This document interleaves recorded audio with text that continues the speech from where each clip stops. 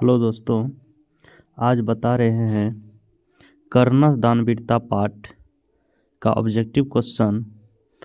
इससे प्रत्येक वर्ष 2-3 ऑब्जेक्टिव पूछा जाता है, इसलिए ये चैप्टर बहुत इम्पोर्टेंट चैप्टर है।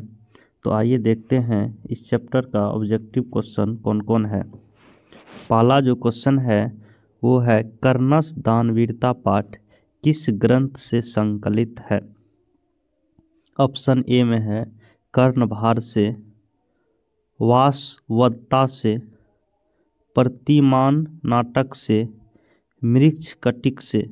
तो कर्णस दानवीरता पाठ जो है वो कर्णभार नामक ग्रंथ से संकलित है। तो इसका जो सही ऑप्शन होगा वो ए नंबर सही उत्तर होगा। अगला क्वेश्चन है महाभारत में किस लेखिका का उल्लेख मिलता है। ऑप्शन ए में है गर्गी का, बी में है मैत्री का, सी में है सुलभा का, डी में है यमनी का। तो महाभारत में जो लेखिका को उल्लेख मिलता है वह है सुलभ, यानी सी नंबर। आंसर जो उसका होगा वो सी नंबर सही उत्तर होगा।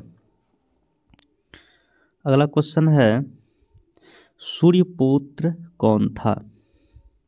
ए में भीम, बी में है अर्जुन, सी में है कर्ण, डी में है युधिष्ठिर। सूर्यपुत्र जो था वो था कर्ण। सूर्य का पुत्र कर्ण था, इसलिए इसका सही उत्तर सी उत्तर सही होगा।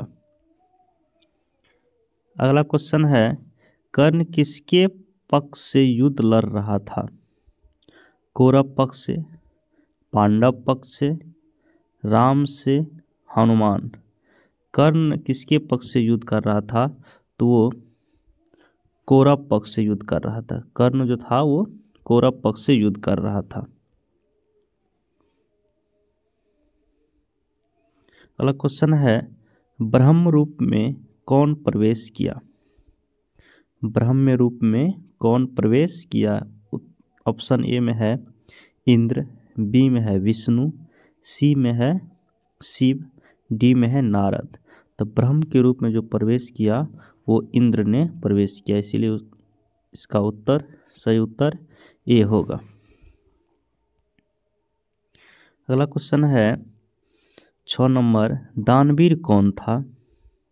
ऑप्शन ए में है भीम, बी में है अर्जुन, सी में है कर्ण, डी में है युधिष्ठिर। तो दानवीर जो था वो कर्ण था, क्योंकि वो अपना शरीर का कवच और कुंडल दान में दे दिया, इसलिए दानवीर कर्ण दानवीर कहलाए। इसलिए उसका सही उत्तर सी उत्तर सही होगा। अगला क्वेश्चन है कर्ण किस देश का राजा था। कर्ण किस देश का राजा था। अंग देश का, मगध का, मिथिला का, काशी का। कर्ण जो था वो अंग देश का राजा था।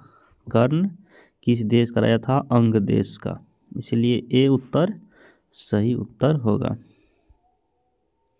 अगला क्वेश्चन है कर्ण किसका पुत्र था। ए में कुंती का, बी में कौशल्या का, सी में केकयो का, डी में शकुंतला का। कर्ण जो था वो कुंती का पुत्र था, इसीलिए ये उत्तर सही उत्तर होगा। 9 में है क्वेश्चन भिक्षुक किस वेश में आया था। राजा का, ए में, बी में भिखारी, सी में मंत्री, डी में ब्रह्म रूप में। तो भिखारी जो आया था इंद्र वो ब्रह्म रूप में आया था, इसलिए उसका सही उत्तर डी उत्तर सही उत्तर होगा। 10 नंबर क्वेश्चन है कर्णस दानवीरता पाठ के लेखक कौन है। ए में है भास, बी में है कालिदास, सी में है तुलसीदास, डी में है मिथिलेश कुमारी मिश्र। तो कर्णस दानवीरता पाठ के जो लेखक है वो है भास, इसलिए उत्तर जो सही होगा वो ए उत्तर सही उत्तर होगा। अगला क्वेश्चन है, समय परिवर्तन के साथ कौन नष्ट हो जाता है?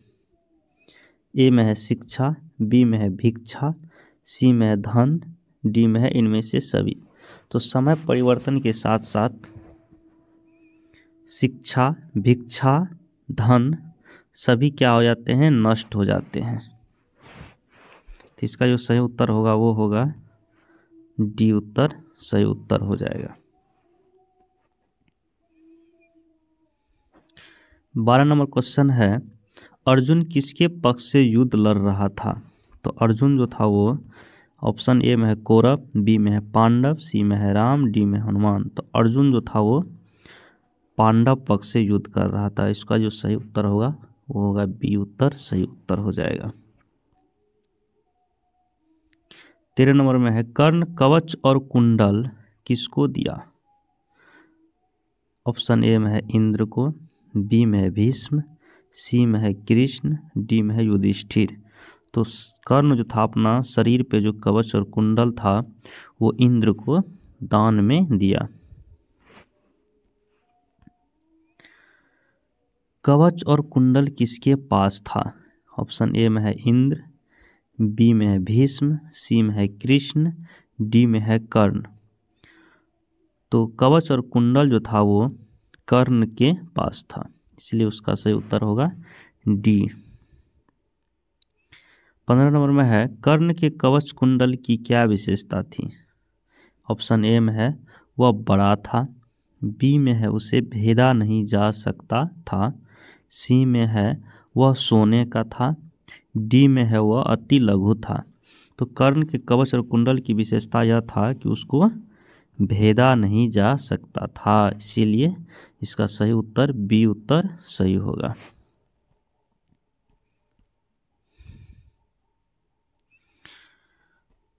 तो 15 क्वेश्चन हम लोग ऑब्जेक्टिव क्वेश्चन देखें। इसी तरह से आगे भी हम वीडियो बना के डालते रहेंगे। आप लोग इस 15 क्वेश्चन का ऑब्जेक्टिव क्वेश्चन जो है इसको याद कर लेंगे।